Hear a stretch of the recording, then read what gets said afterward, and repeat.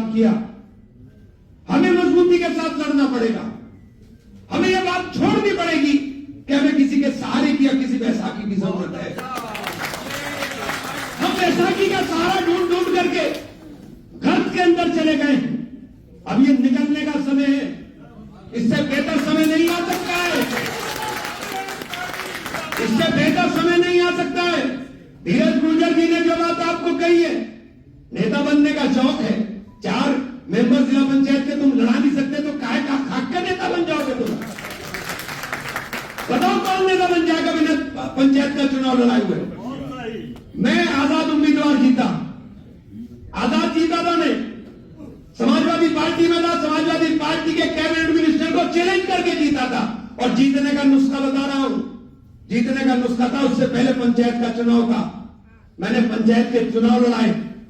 Cabinet minister को लगता रहा कि मैं जीतता रहूंगा, हमारे साथी था, आज नहीं है दुनिया में, और मैं सच से चुनाव जीत करके 2007 में एमएलए बन गया था। कारण हर गांव में कार्यकर्ता खड़ा हो गया। आप जीतने का टारगेट ना रखोगे, आप 100% जीत जाओगे, गारंटी आपके हाथ में नहीं है। आप लड़ाओ, जिस दिन आपने लड़ाने का तय कर लिया, विधानसभा के अंदर जिस प्रत्याशी को चाहते कि मुझे चुनाव लड़ना है, पहले वो अपनी विधानसभा के अंदर जिला पंचायत का चुनाव लड़ाए। और जिला पंचायत के चुनाव में मैं फर्म से कह रहा हूं, मुझे नहीं पता मेरी कितनी औकात है, कितनी हैसियत है, लेकिन उसके लिए मर जाऊंगा। अगर जिला पंचायत चुनाव में तुम्हारा रिजल्ट अच्छा आ गया तो सारा मंच बैठा हुआ है, सारे आपके लिए लड़ जाएंगे, कोई आपकी मुखालफत करता रहे, आपको चुनाव लड़ाने का काम करेंगे। हम किसी से भीख मांगने नहीं जा रहे कि हम किसी से भीख मांगने जाएंगे। हम महात्मा गांधी की विचारधारा, बाबा साहब भीमराव अम्बेडकर की विचारधारा के लोग हैं। हम देश के अंदर उस झंडे को लेकर के आगे चल रहे हैं जिस झंडे ने इस देश को गुलामी की जंजीरों से आजाद कराने का काम किया। आप कांग्रेस के लोग हैं, आपकी नस-नस के अंदर देश के लिए समर्पण है। आपको उससे कोई अगर ये बात कहने का काम करे, 70 साल में कांग्रेस ने कहा तुमने बर्बाद कर दिया, 7 साल के अंदर हमने तो झोंक दिया था। क्या था कांग्रेस जब सत्ता संभाली थी? क्या हाल में मिला था देश आपको? खाने को अनाज नहीं था, वो जो जानवरों को खाना काला अनाज मिलता है वो अमेरिका से आकर के खाया जाता था। कौन लाया क्रांति? किसने बनाया? नौकरियां नहीं थी, किसने शुरुआत की औद्योगिकरण की? बाबा साहब भीमराव अम्बेडकर चले गए, बाबा साहब के सपनों को साकार किसने किया? बाबा साहब तो चले गए थे 1955 में, लेकिन वो जो सपना देखकर गए थे दलित के घर में दिया जलाने का, वो आरक्षण देकर के गए थे, उसको साकार किसने करने का काम किया? जब 1970 में रिपोर्ट आई कि 30 साल के अंदर भी हम लोग उस लक्ष्य को प्राप्त नहीं कर सके जिस लक्ष्य को हमें प्राप्त करना चाहिए था, तो इंदिरा जी ने गरीबी हटाओ का नारा दे करके देश में लोगों को रोजगार देने का काम किया।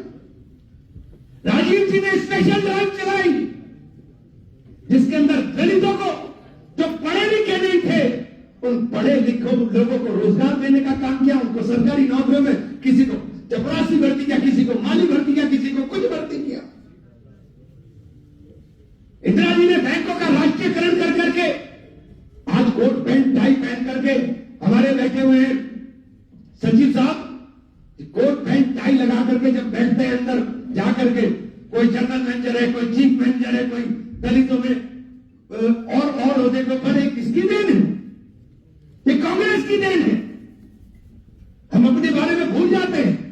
अरे पहले हनुमान जी बन गया, पहले अपने बल को समझ लो कि तुम्हारे में बल कितना है, तुम्हारे बल इतना है, पहाड़ उठा लोगे, लेकिन अपने बल को पहचान लो, अपने इतिहास को जान लो।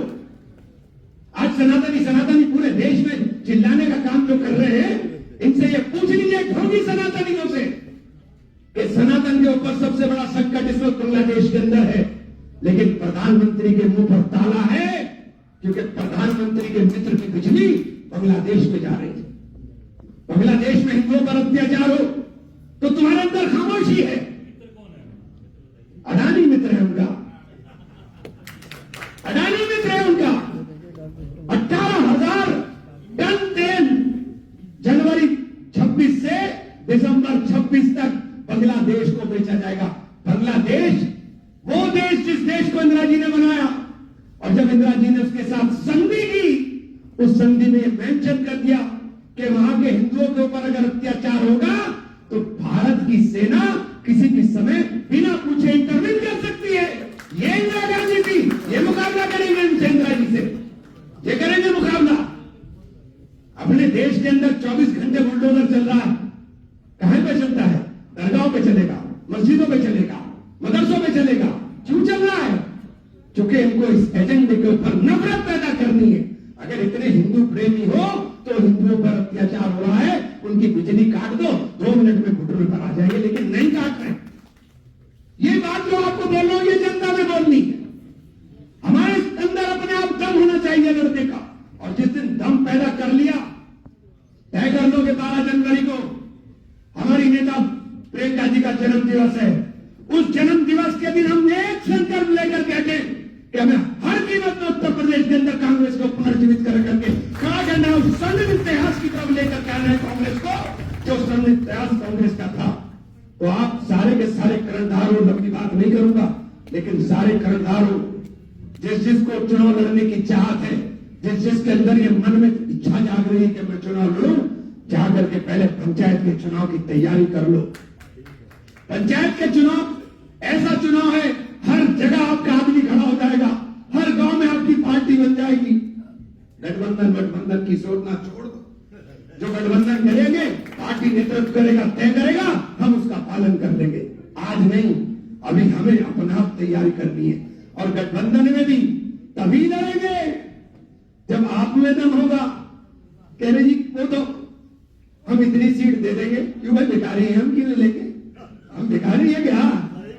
अरे हम राष्ट्रीय पार्टी है, हम राष्ट्रीय दल है, हमारा नेता उसके नाम पर वोट पड़ रहा है। आज यहां इमरान मसूद खड़ा होकर मैं बोल रहा है लोकसभा में, प्रियंका गांधी राहुल गांधी की दे रहे इमरान मसूद, किसी के खिलाफ में नहीं पहुंचा हूं मैं। आपने क्या करोगे? हमें लड़ना है, फिर छीन करके लाना हमारा काम देखना। लेकिन आप तय तो करो, पंचायत चुनाव में रिजल्ट ला के दिखा दो, फिर बताएंगे कि कौन बड़ा भाई है, कौन छोटा भाई है। धन्यवाद साथियों।